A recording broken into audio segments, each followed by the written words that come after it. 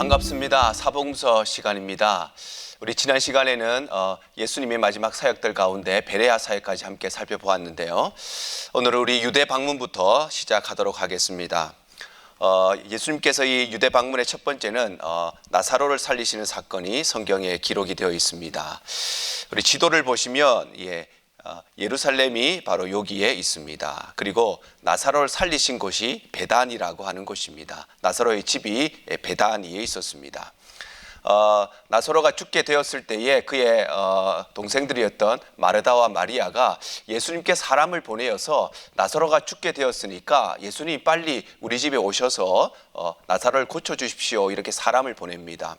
그때 예수님께서는 어디에 계셨느냐 하면 베레아에서 사역을 하고 계셨습니다. 그래서 사람을 베레아에 보내셨는데 예수님께서는 그 소식을 듣고 곧바로 나사로의 집에 가시지 않고 이틀을 더 계시다가 그 후에 나사로의 집에 가셨습니다. 나사로가 죽게 되었으니까 얼마나 급박한 일입니까? 빨리 예수님께서 오셔서 나사로를 고쳐주셔야 되는 그 상황에 예수님께서는 곧바로 가시지 않고 이틀을 더 계시다가 나사로를 살리시기 위해서 베다니로 가십니다. 예수님께서는 왜 이틀을 더 지체하시고 가셨을까요? 그것은 바로 예수님이 어떤 분이신가를 드러내기 위함이었습니다. 바로 예수님은 병이 있는 자를 고치시는 그 정도의 분이 아니라 죽은 자도 살리실 수 있는 분이시라는 것을 분명하게 나타나기 위해서 예수님께서는 이틀을 더 유하신 것입니다. 자, 그래서 성경에 보시면 요한복음 11장에 보시면 예수님께서 이틀 후에 베다니에 가셔서 큰 소리로 나사로야 나오라 이렇게 외치십니다. 그때에 죽었던 나사로가 수족을 배로 동인 채로 나오는데 그 얼굴은 수건에 쌓여 있었더라 이렇게 이야기합니다. 이 마르다와 마리아의 입장에서는 어땠을까요? 사랑하는 가족이 죽게 되었을 때에 예수님께 요청을 드립니다. 그럼 예수님께서 그대로 빨리 오셔서 좀 고쳐주시면 좋겠는데 이틀이나 더 지체하고 오셨습니다. 아마 이 두 사람의 마음속에는 조금 섭섭한 마음도 있었을 것입니다. 예수님 좀 빨리 오셔서 나사로를 살려주시면 좋겠는데 나사로가 죽을 때까지 예수님께서는 오시지 않으셨습니다. 그런데 예수님께서는 그 일을 통하여 죽은 자도 살리시는 더 큰 기적을 그들에게 허락해 주신 것입니다. 우리도 이 땅에 살아가다 보면 하나님의 응답이 늦어질 때가 있습니다. 나는 지금 너무 급한 일, 너무 중요한 일을 위해서 기도하고 있는데 하나님의 응답이 지체될 때가 있습니다. 그러나 우리가 꼭 기억해야 될 것은 하나님의 응답에는 지각이 없다는 사실입니다. 내 생각에는 지금 당장 하나님께서 이 기도에 응답해 주셔야 되는데, 내 생각에는 지금 당장 이 일을 행하여 주셔야 되는데, 근데 하나님의 역사가 늦을 때가 있습니다. 그러나 그럼에도 불구하고 하나님의 응답에는 지각이 없다는 사실을 기억하는 것이 우리 신앙인의 삶이 되겠습니다. 자, 사진을 보시면 여기가 바로 나사로의 집이 있었던 베단이라고 하는 곳입니다. 예루살렘의 입구에 있는 동네인데 아주 작은 동네입니다. 베단이의 모습이고요.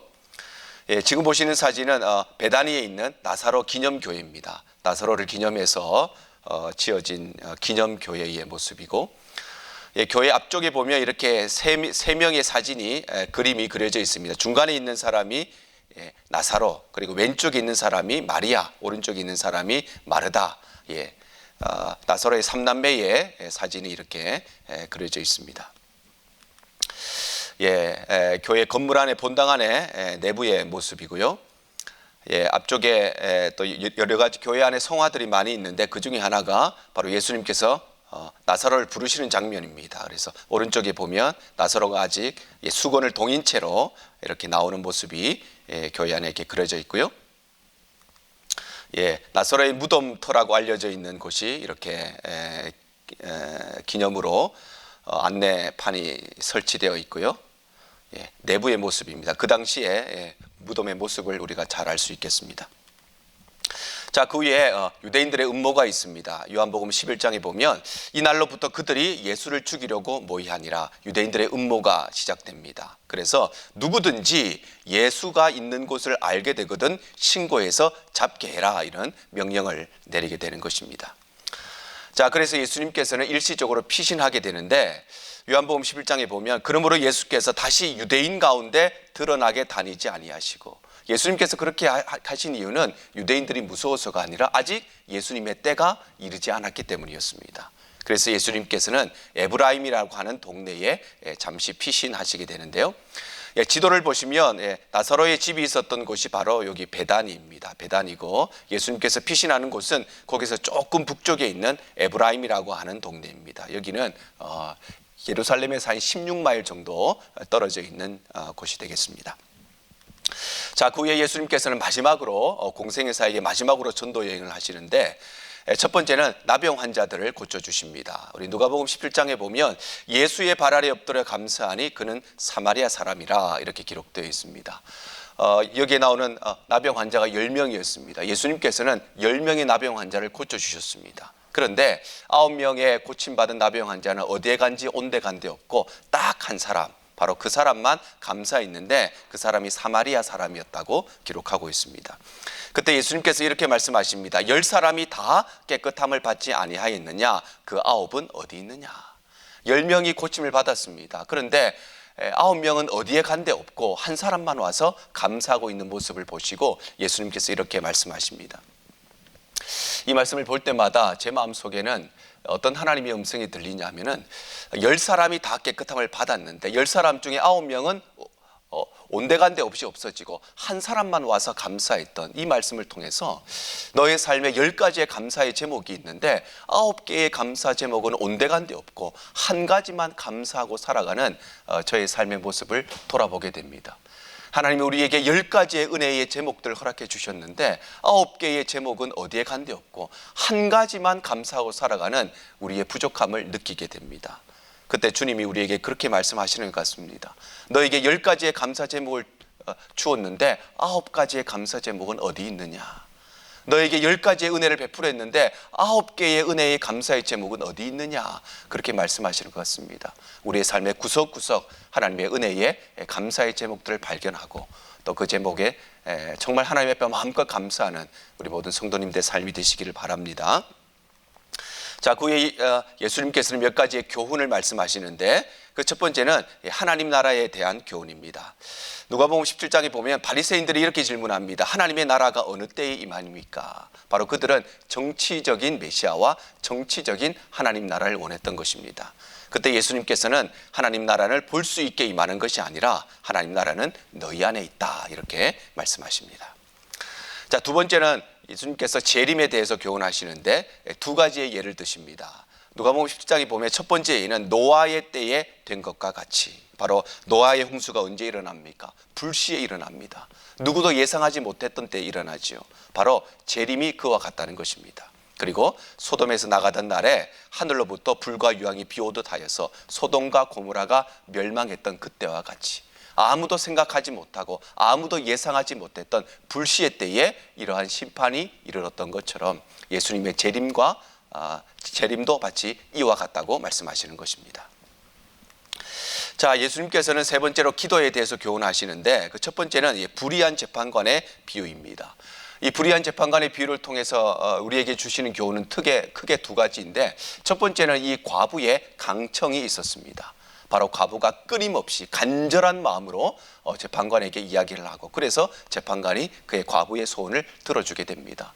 바로 우리의 기도가 하나님 앞에서 이 간절함, 이 절절함, 이것이 우리의 기도의 첫 번째 교훈이라는 것입니다. 두 번째 교훈은 하나님의 선하심입니다.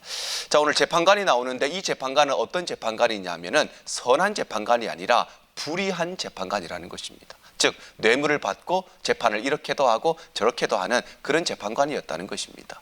그런데 이 불의한 재판관이라 할지라도 간청하는 기도를 통해서 그가 움직이는 것처럼 이 불의한 재판관이라 할지라도 그렇게 하는데 선하신 하나님이 어떻게 우리의 간절한 기도에 응답하시지 아니하시겠느냐, 그 이야기를 하고 계시는 것입니다.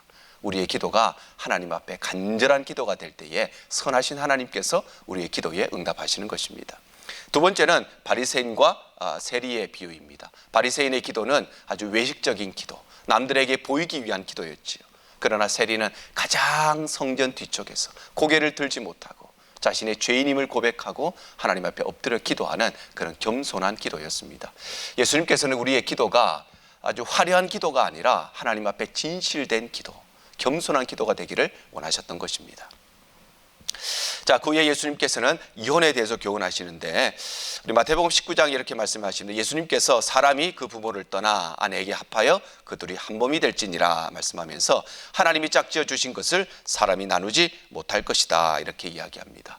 바리새인들이 묻습니다. 예수님, 이혼하는 것이 옳습니까? 옳지 않습니까? 이 일이 가능한 일입니까? 불가능한 일입니까? 아주 교묘한 질문입니다. 왜냐하면 예수님께서 예스라고 말씀하시면 예수님께서 산상순에서 말씀하신 그 말씀을 번복하는 것입니다. 반대로 노라고 하면 어떤 일이 벌어지느냐? 모세의 율법을 거부하는 일이 됩니다. 뿐만 아니라 더 중요한 현실적인 문제에서는 그 당시에 통치자였던 헤롯 안디바가 자신의 아내와 이혼하고 자신의 남동생의 아내, 즉 자신의 제수씨를 자신의 아내로 맞아들이는 일이 있었습니다. 그런데 이혼이 불가능한 일이다 라고 말씀하신다면 이 헤롯 안디바를 지적하는 것이죠. 세례 요한이 바로 이것을 지적하다가 결국 순교를 당하게 됩니다. 그러니 예수님께서는 예스라고 대답하셔도 문제가 되고 노라고 대답하셔도 문제가 됩니다. 바로 이 교묘한 질문을 바리새인들이 던진 것입니다. 그때 예수님께서는 하나님이 짝지어 주신 것을 사람이 나누지 못할 것이다 이렇게 분명하게 말씀하셨습니다. 자, 그 후에 예수님께서는 희생에 대해서 말씀하시는데 첫 번째는 젊은 부자 관원의 이야기가 나옵니다.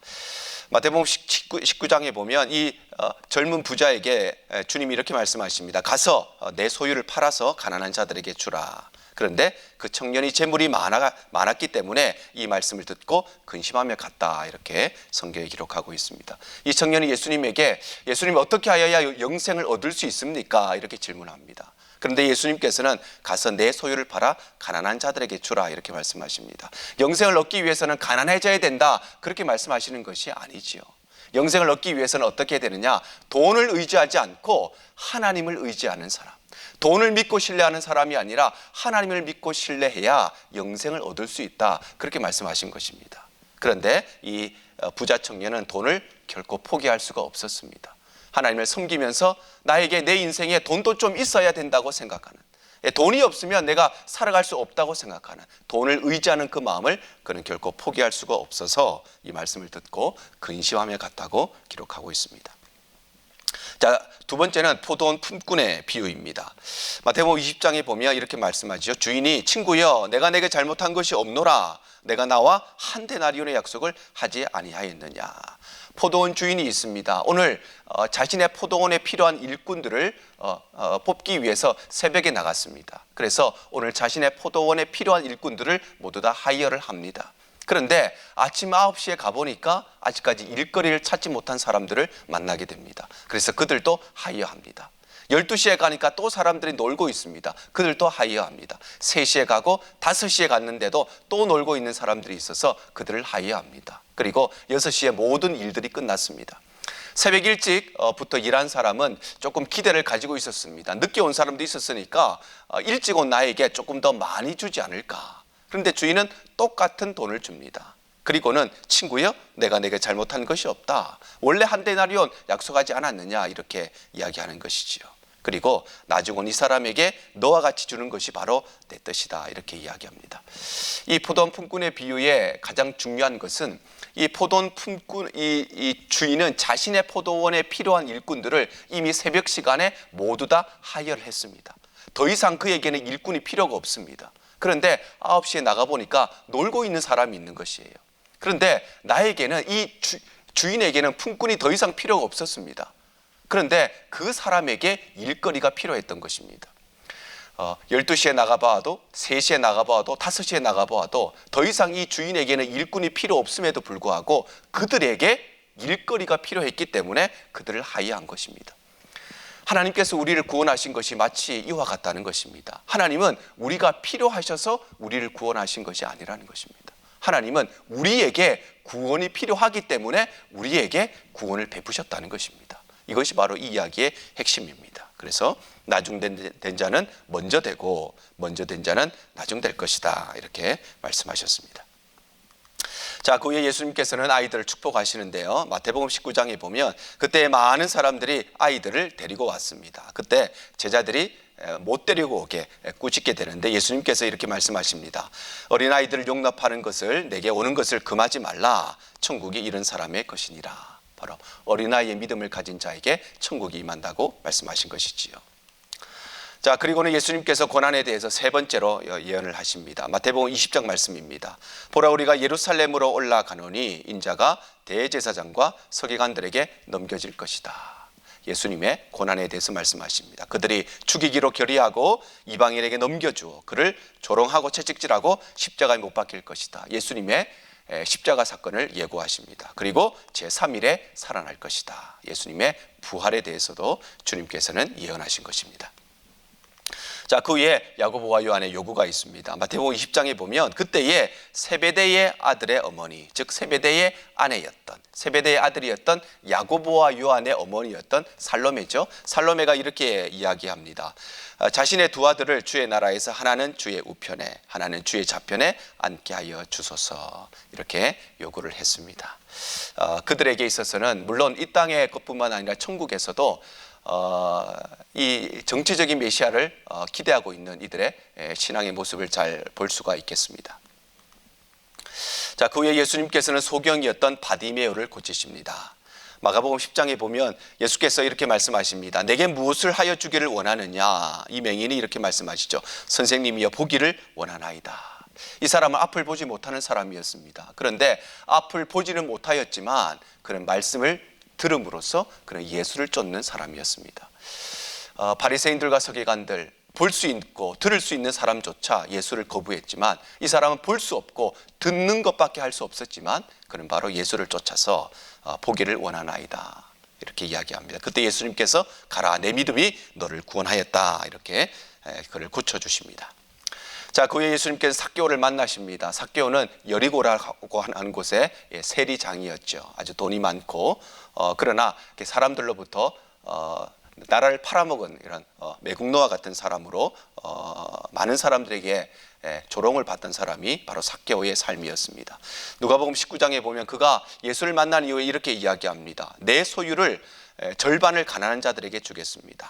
그리고 만일 누구의 것을 속여서 빼앗은 일이 있으면 내 갑절이나 갚겠습니다. 예수를 만난 사람의 삶에는 반드시 삶의 변화가 있습니다. 내가 예수를 고백하고 내 삶에 변화가 없다면 그것은 그것이 진짜 고백인지 돌아봐야 하는 것입니다. 내가 정말 예수를 믿는 참된 고백이 있고 참된 하나님의 자녀가 되었다면 우리의 삶에는 반드시 변화가 작게부터 시작해서 일어나게 되었습니다. 그는 예수를 만나고 삶의 변화를 이룩합니다. 주님이 말씀하십니다. 오늘 구원이 이 집에 이르렀다. 그와 그 집에 구원을 베풀어 주신 것입니다. 자, 지금 보시는 사진이 돌무화과 나무라고 불리는, 우리가 일명 뽕나무라고 불리는 삭개오가 예수님을 보기 위해서 올라갔다고 성경에 기록되어 있는 돌무화과 나무의 모습입니다. 그래서 아주 튼튼한 뿌리를 가지고 있고 튼튼한 줄기를 가지고 있어서 삭개오는 키가 작았기 때문에 저 나무 위에서 예수님을 보기 위해서 나무 위로 올라갔다고 성경에 기록하고 있죠. 돌무화과 나무의 열매가 이렇게 생겼습니다. 그래서 우리가 일명 뽕나무라고 불리는 나무가 되겠습니다. 자, 그 후에 예수님께서 열문화의 비유를 말씀하십니다. 열문화라고 하는 것은 약 품꾼들의 석 달치 월급에 해당되는 그런 돈입니다. 10명의 일꾼들에게 각각 한 문화씩을 줍니다. 그리고 그가 출타고 돌아왔더니 어떤 사람은 한 문화를 가지고 10문화를 남기고 어떤 사람은 한 문화를 가지고 5문화를 남깁니다. 그때 예수님께서 주인이 이렇게 이야기하지요. 한 문화를 빼앗아서 10문화 있는 자에게 주라, 이렇게 이야기합니다. 어떤 사람은 똑같은 한 문화를 받았지만 10개를 남기고 5개를 남겼는데 어떤 사람은 그것으로 아무것도 하지 않고 그대로 주인이 준 그대로 한 문화만을 가지고 있었는데 주인은 이것을 빼앗아서 많이 있는 자에게 주라고 이야기합니다. 그래서 무릇 있는 자는 받겠고 없는 자는 그 있는 것도 빼앗길 것이다. 바로 하나님은 작은 것에 충성하는 자에게 큰 것을 주신다고 말씀하시는 것입니다. 자, 이제 예수님의 마지막 한 주간의 사역에 대해서 살펴보겠습니다.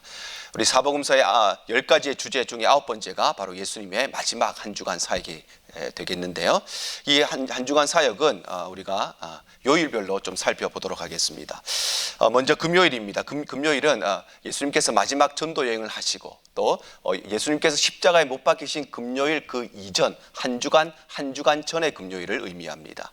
한 주간 전 금요일에 예수님께서는 베다니에 도착하셨는데 베다니는 바로 나사로가 살고 있던 곳이었죠.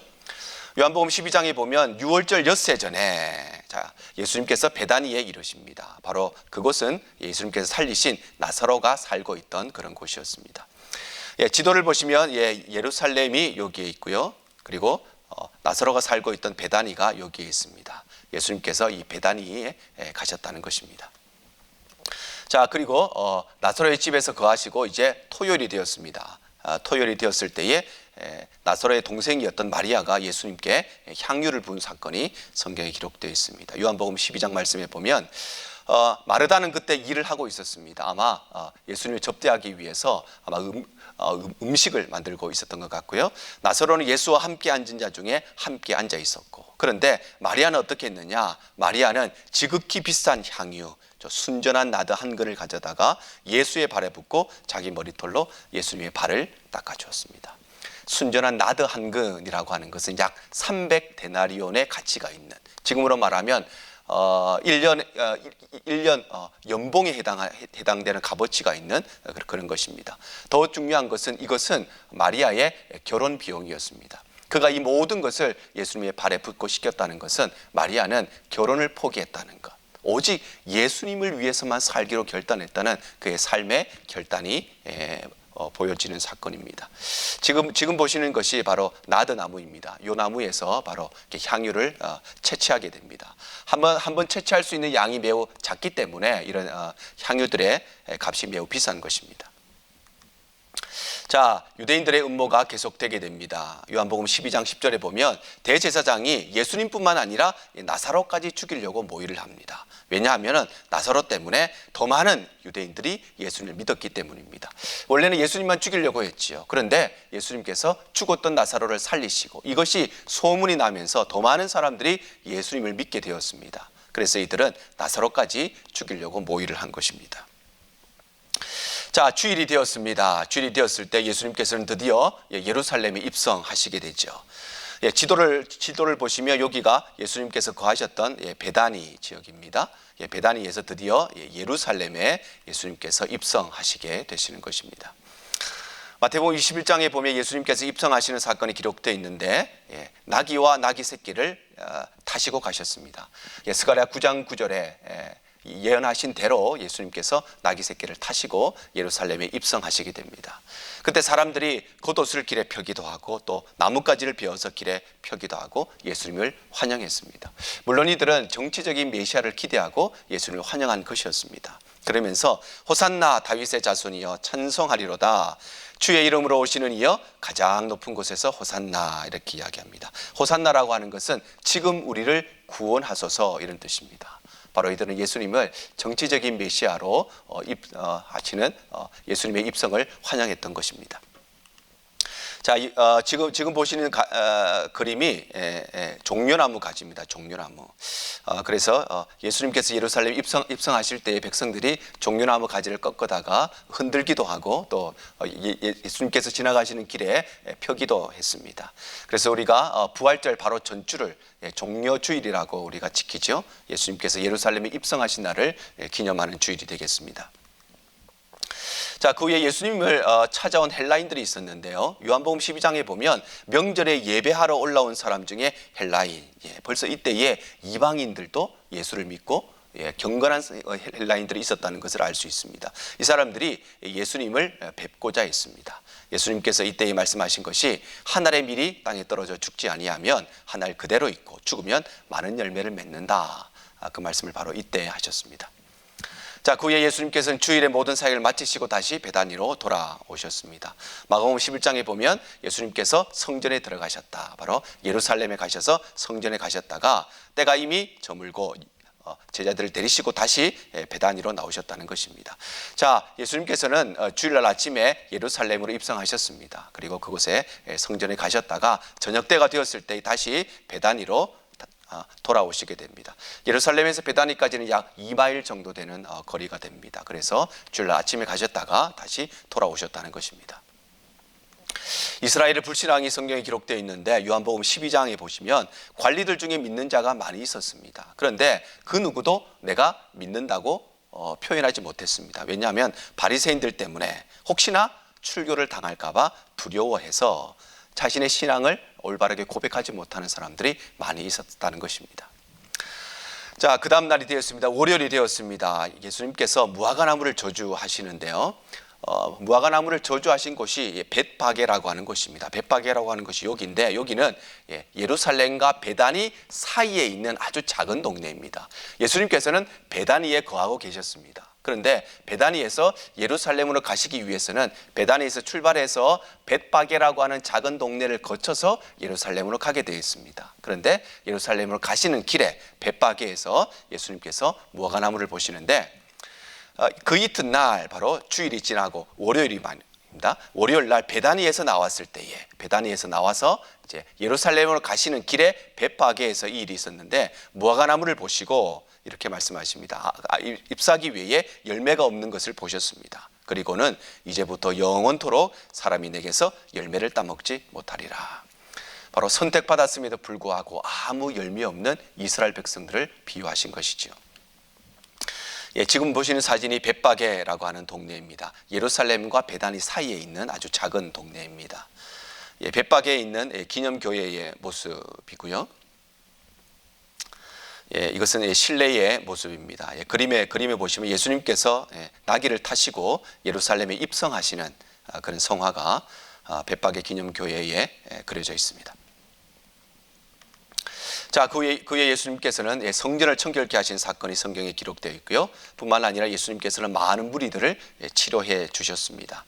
마태복음 21장에 보면 맹인과 저는 자들이 성전에서 예수께 나오매 예수님께서 고쳐주셨다, 이렇게 성경에 기록하고 있습니다. 자, 그리고 월요일 날도 예수님께서는 예루살렘에 가셔서 모든 사역을 마치시고 저녁이 되셨을 때에 다시 베다니로 돌아오시게 됩니다. 마태복음 21장 17절입니다. 그들이 떠나 성 밖으로 예루살렘 성 밖으로 가서 베다니에 가서 거기서 월요일 밤도 주무시게 됩니다. 자, 그 다음 날 화요일이 됩니다. 화요일이 되었을 때에 말라버린 무화과나무를 발견하게 됩니다. 바로 월요일 날 예수님께서 예루살렘으로 가시는 길에 벳바게에서 저주하셨던 그 무화과나무가 그 다음 날 화요일 날 예루살렘 성으로 가는 길에 이미 말라져 버려 있는 것을 발견하게 되었다는 것입니다. 자, 화요일에는 그리스도의 권세에 대한 질문이 있었습니다. 마태복음 21장에 보면 예수님께서 성전에 가셨을 때에 대제사장들과 장로의 백성들이 이런 질문을 합니다. 네가 무슨 권위로 이런 일을 하느냐? 누가 너에게 이런 권위를 주었느냐? 이런 질문을 던지십니다. 자, 그때 예수님께서는 비유로 여기에 대한 답변을 하시는데 몇 가지 비유를 말씀하십니다. 첫 번째는 두 아들의 비유입니다. 두 아들이 있었습니다. 아버지의 말씀에 따라서 첫째 아들은 아버지 말씀에 순종하는 척 했지만 결국은 순종하지 않은 첫째 아들이 있었고, 둘째 아들은 아버지의 말씀을 듣고 순종하지 않았지만 그 이후에 회개하고 아버지 말씀에 순종하게 됩니다. 첫째 아들은 마치 순종하는 것처럼 보이는 바리새인과 서기관들을 의미합니다. 후자에 나오는 순종하지 않았지만 후에 회개하고 아버지의 말씀에 순종한 사람은 그들이 그토록 미워했던 세리들과 창기들을 의미합니다. 바로 예수님께서는 이 두 아들의 비유를 통해서 올바른 신앙이 무엇인가를 말씀하신 것입니다. 두 번째는 악한 포도원 농부들의 비유를 말씀하셨습니다. 주인이 포도원을 떠나면서 농부들에게 맡기고 갑니다. 그리고 이제 소출의 때가 되어서 종들을 보냅니다. 그런데 그 종들을 이 악한 포도원 농부들이 해치게 되죠. 종을 보내었는데 다 해치게 됩니다. 그리고 마지막 주인은 자신의 아들을 보냅니다. 그런데 그 아들까지도 품꾼들은 해하게 됩니다. 바로 이 아들이 예수 그리스도를 의미하지요. 우리 아버지께서는 끊임없이 선지자들을 보내셔서 복음을 증거하셨습니다. 그러나 유대인들은 그들을 다 해하고 마지막 그의 아들이었던 예수님까지도 해하게 되는 사건을 예수님께서는 비유로 말씀하신 것입니다. 자, 세 번째는 혼인잔치의 비유입니다. 여기에서 혼인잔치의 비유는 예복을 입은 사람만 들어올 수 있다고 이야기하죠. 많은 사람들 초청했습니다. 그런데 이만저만 모든 사람들이 그것을 거절합니다. 주인이 누구든지 다 초청해라 이렇게 이야기합니다. 그런데 그 중에는 예복을 입고 온 사람이 있었고 입지 않고 온 사람이 있었습니다. 성경은 이것을 통해서 복음은 아무나 들을 수 있는 것이지만 그러나 아무렇게나 해서는 안 된다는 것을 우리에게 말씀하십니다. 복음은 누구에게나 아무에게나 열려 있습니다. 그러나 우리의 신앙과 우리의 삶은 아무렇게나 살아서는 안 되는 것입니다. 우리는 그리스도의 정결한 신부로서 그리스도로 옷 입고 살아가는 우리 성도의 삶을 살아가야 하는 것입니다. 자, 그 이후에는 4대 논쟁이라고 하는 4가지 주제에 대한 논쟁이 성경에 기록되어 있는데요. 첫 번째 논쟁은 세금에 대한 논쟁입니다. 그래서 바리새인들이 이렇게 질문을 합니다. 가이사에게 세금을 바치는 것이 옳은 일입니까? 옳지 않은 일입니까? 이 질문도 굉장히 교묘한 질문입니다.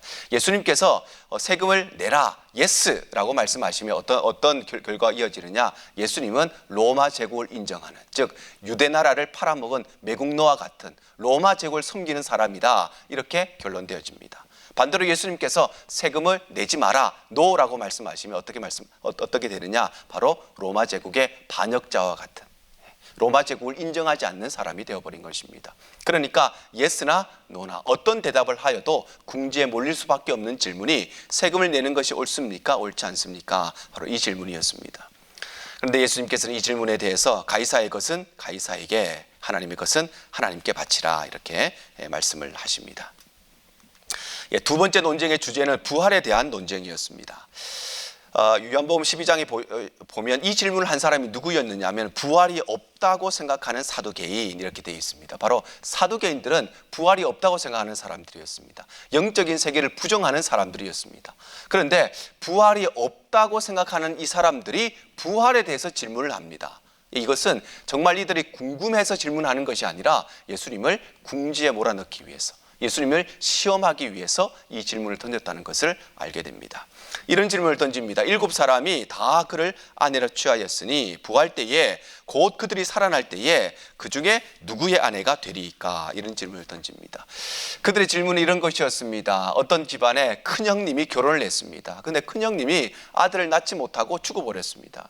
그러면 그때는 형사취수제라고 해서 동생이 형수를 취하여서 형님의 아들을 낳아주는 그런 제도가 있었다는 것이죠. 큰형님이 결혼을 했는데 아들을 낳지 못하고 죽어버렸습니다. 그래서 둘째 형님이 형수를 취해서 아들을 낳아주려고 했는데 아들을 낳지 못하고 둘째 형님도 죽어버렸습니다. 그런데 셋째도 넷째도 7째 아들까지 모두 다 아들을 낳지 못하고 죽었다는 것입니다. 그러면 이 사람들이 나중에 부활하면 7명의 형제가 모두 다 한 명의 아내를 취한 것인데 과연 누구의 아내입니까? 이런 질문을 한 것이지요. 그때 예수님께서 이렇게 말씀하십니다. 천국에는 장가도 아니 가고 시집도 아니 가고 하늘에 있는 천사들과 같으니라, 이렇게 이야기합니다. 바로 예수님께서는 우리가 죽음 이후에 살아가야 될 그 천국의 세계는 장가 가는 일도 없고 시집 가는 일도 없고 하늘에 있는 천사들과 같이 영원히 주님을 예배하고 찬송하는 세계가 바로 천국의 세계인 것이지요. 자, 논쟁의 세 번째 주제는 가장 큰 계명에 대한 논쟁이었습니다. 마태복음 22장에 보면 이 가장 큰 계명에 대해서 예수님께서 이렇게 말씀하시죠. 내 마음을 다하고 목숨을 다하고 뜻을 다하고 주 너의 하나님을 사랑하는 것, 이것이 첫째 되는 계명이고, 둘째는 그와 같으니 내 이웃을 내 자신같이 사랑하라, 이렇게 말씀하십니다. 유대인들은 그 당시에 모든 율법을 613개의 계명으로 만들어서 철저하게 지키고 있었습니다. 그리고 613개의 모든 계명들이 똑같은 비중을 가지고 있다고 생각했습니다. 그런데 그들은 예수님께 무엇이 가장 중요한 계명입니까? 이렇게 질문합니다. 만약 예수님께서 어떤 것이 가장 중요하다라고 말씀을 하신다면 613개가 다 동일한 가치를 가지고 있다고 하는 그 당시에 유대의 율법에 대해서 거부하는 일이 되게 되는 것입니다. 그때 예수님께서는 하나님을 사랑하는 것, 그리고 이웃을 내 자신같이 사랑하는 것이 가장 첫째 되고 둘째 되는 율법과 선지자의 강령이라고 대답하신 것입니다. 자, 네 번째 논쟁은 메시아에 대한 논쟁입니다. 바로 그들이 다윗의 후손으로 메시아가 태어나는데 이거 어떻게 정리를 해야 됩니까? 이런 질문을 하는 것이지요. 그래서 예수님께서 메시아는 혈통적으로, 즉 육적인 혈통으로는 다윗의 후손으로 태어나지만 그러나 그는 다윗의 주인과도 같은 그리스도요 메시아라고 예수님께서 대답을 하시는 것입니다. 자, 그 후에 서기관들과 바리새인들의 외식을 예수님께서 지적하시는데 마태복음 23장 보시면 예수님의 아주 독설이 기록되어 있습니다. 그들을 향해서 뱀들아, 독사의 새끼들아 이렇게 이야기합니다. 그리고 그들을 향해서 너희 중에 더러는 죽이고 십자가에 못 박힐 것이고 너희 중에 누구는 회당에서 채찍질을 하게 될 것이고 너희 중에 누구는 이 동네 저 동네로 따라다니면서 박해할 것이다 이렇게 말씀하십니다. 예수님께서 바리새인과 이 서기관들을 향해서 뱀들아, 독사의 자식들아, 너희가 언젠가는 십자가에 못 박을 것이고 채찍질할 것이고 박해할 것이다 라고 독설을 날리십니다. 예수님께서 왜 이런 독설을 날리실까요? 끝까지 이들을 저주하시기 위해서 이런 독설을 날리셨을까요? 그렇지가 않지요. 예수님께서는 끝까지 이들을 향해서 회개하고 돌아오기를 원하는 마음으로 이런 독설을 날리셨던 것입니다. 그야말로 이들은 좋은 말로 해서는 회개하지 않을 사람들이었기 때문에 예수님께서는 독설을 해서라도 이들이 다시 하나님 앞으로 돌아오기를 원하시는 마음으로 이런 독설을 날리신 것입니다.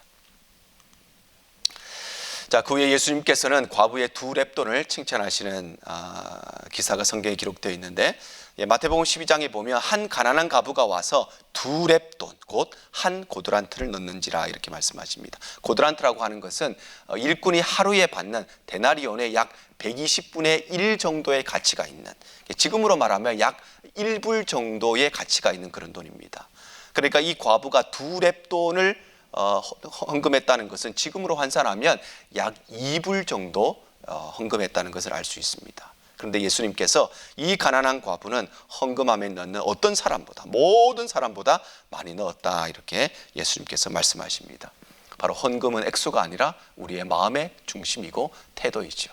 주님을 사랑하는 사람은 반드시 주님을 위해서 어떤 것도 아까워하지 않고 주님께 드릴 수 있는 것이 바로 참된 성도의 모습입니다. 지금 보시는 사진은 그 당시에 통용되고 있던 랩돈의 모습입니다. 과부가 드렸던 두 랩돈이 바로 이러했을 것입니다.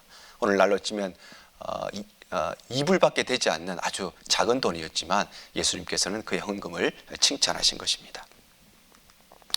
자, 그 후에 예수님께서는 감람산 설교를 하시는데 몇 가지 주제가 있습니다. 첫 번째는 예루살렘 멸망에 대해서 예수님께서 예언을 하시는데 마태복음 24장에 보면 제자들이 성전 건물에 대해서 이야기합니다. 그때 예수님께서는 이 예루살렘 성전 건물에 대해서 돌 하나도 돌 위에 남지 않고 다 무너질 것이다 이렇게 예언을 하십니다. 그리고 예수님 예언과 같이 AD 70년에 디도 장군에 의해서 예루살렘 성전이 완전히 무너지게 되는 것입니다.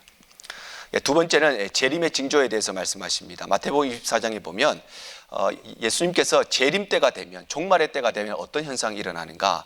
나는 그리스도라 하여 많은 사람들을 미혹하는 거짓 선지자들이 일어날 것이라고 말씀하시고 난리와 난리의 소문이 있겠다 이렇게 말씀하시고 또 민족이 나라가 나라를 대적하여 일어날 것이다. 그리고 곳곳에 기근과 지진이 있을 것이다 이렇게 말씀하십니다. 우리가 살아가는 지금 이 시대를 돌아보면 예수님께서 말씀하시는 이런 재림의 징조도가 하나씩 둘씩 나타나고 점점점 심해지고 있는 모습들을 볼 수가 있습니다. 바로 예수님께서 다시 오실 재림의 때가, 종말의 때가 얼마 남지 않았다는 것을 우리가 알 수 있습니다. 우리가 이것을 기억하고 하루하루 정말 주님의 다시 오심을 기대하고 하루하루 우리에게 맡겨진 삶을 거룩하게 살아가는 종말론적인 삶을 살아가야 되겠습니다.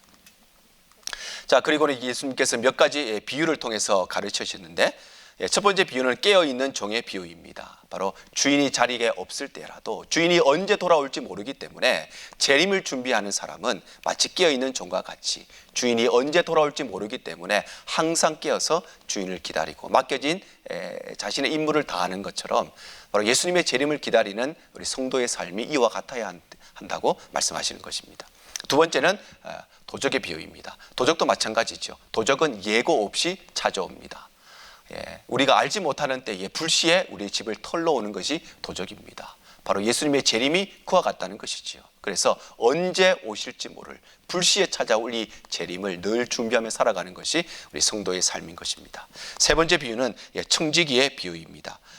선한 청지기는 주인이 없어도 충성하는 그런 청지기지만, 악한 청지기는 주인이 보이는 데서만 충성하고 주인이 없으면 나태해지는 것이 바로 불의한 청지기인데, 우리가 선한 청지기로 살아간다는 것은 누가 보든지 보시지 않든지 주님이 우리를 보고 계시고 주님이 우리를 세우셨기 때문에 내게 맡겨진 것에 최선을 다하며 살아가는 것, 우리의 가정에서, 우리의 직장에서, 우리의 교회에서 맡겨진 사명을 누구의 보는 사람이 아니라 하나님 앞에서 행하는 것이 바로 선한 청지기의 삶이 되는 것입니다.